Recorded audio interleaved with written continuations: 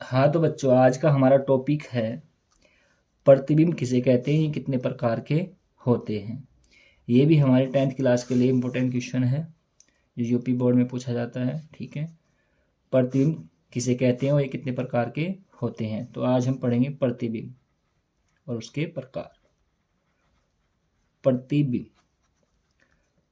अब प्रतिबिंब आसान सी परिभाषा में समझेंगे। जब कोई प्रकाश किरण जब कोई प्रकाश किरण जब कोई प्रकाश किरण एक बिंदु से चलकर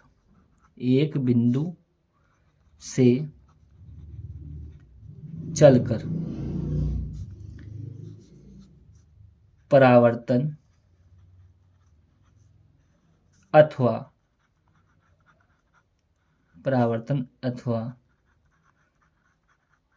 अपवर्तन के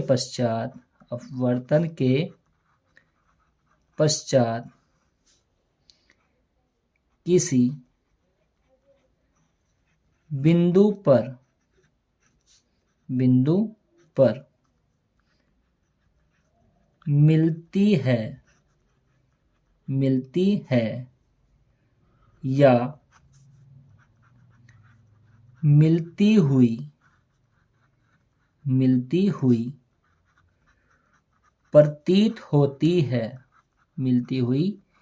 प्रतीत होती है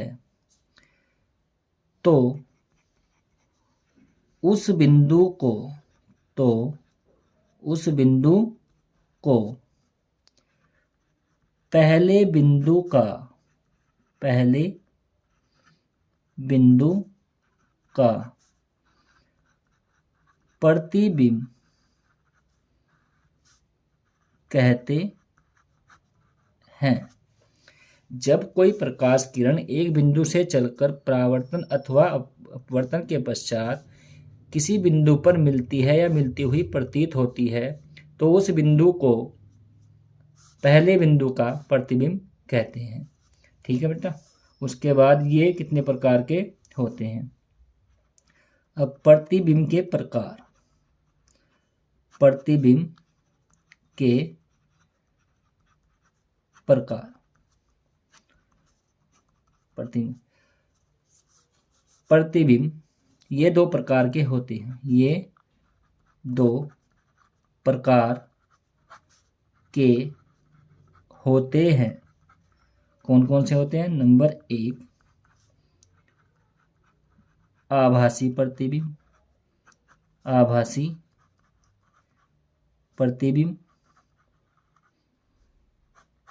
और नंबर 2 वास्तविक प्रतिबिंब।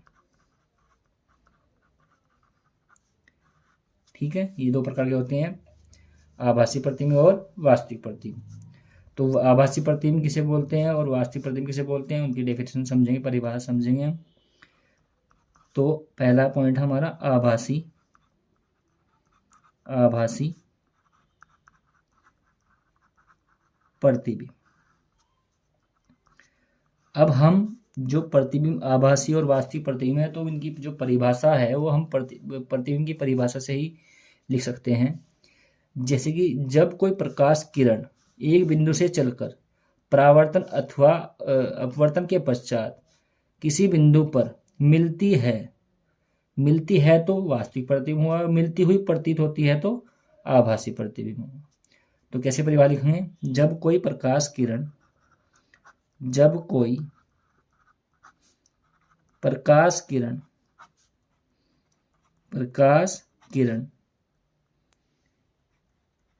एक बिंदु से चलकर परावर्तन अथवा अपवर्तन के पश्चात किसी बिंदु पर मिलती हुई प्रतीत होती है, प्रतीत होती है, क्या मिलती हुई प्रतीत होती है, तो उस बिंदु को पहले बिंदु का आभासी प्रतिबिंब कहते हैं।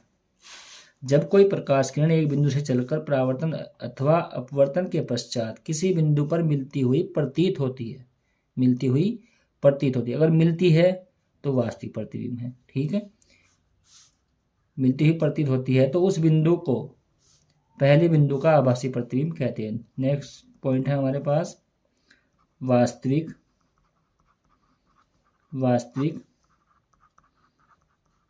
प्रतिबिंब।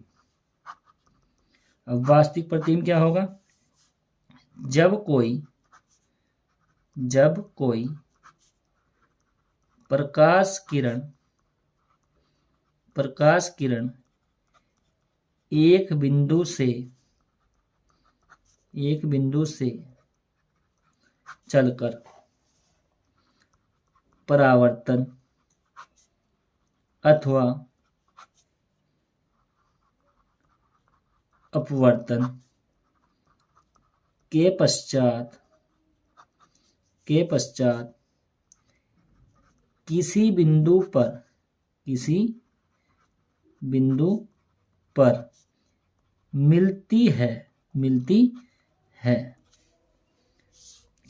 पर मिलती है तो उस बिंदु को पहले बिंदु का वास्तविक प्रतिबिंब कहते हैं। अब बहुत ही आसान परिभाषाएं हैं इनकी। अब इस परिभाषा से हम इनकी परिभाषा भी लिख सकते हैं। आभासी प्रतिबिंब क्या होता है, वास्तविक परिभाषा। एक परिभाषा से हम 3 परिभाषाएं लिख सकते हैं। बस हमें क्या ध्यान रखना है, अगर वास्तविक प्रतिबिंब के बारे में पूछा जाता है तो मिलती है, और आभासी पूछा जाता है तो मिलती हुई प्रतीत होती है। इतनी बस फर्क है, बाकी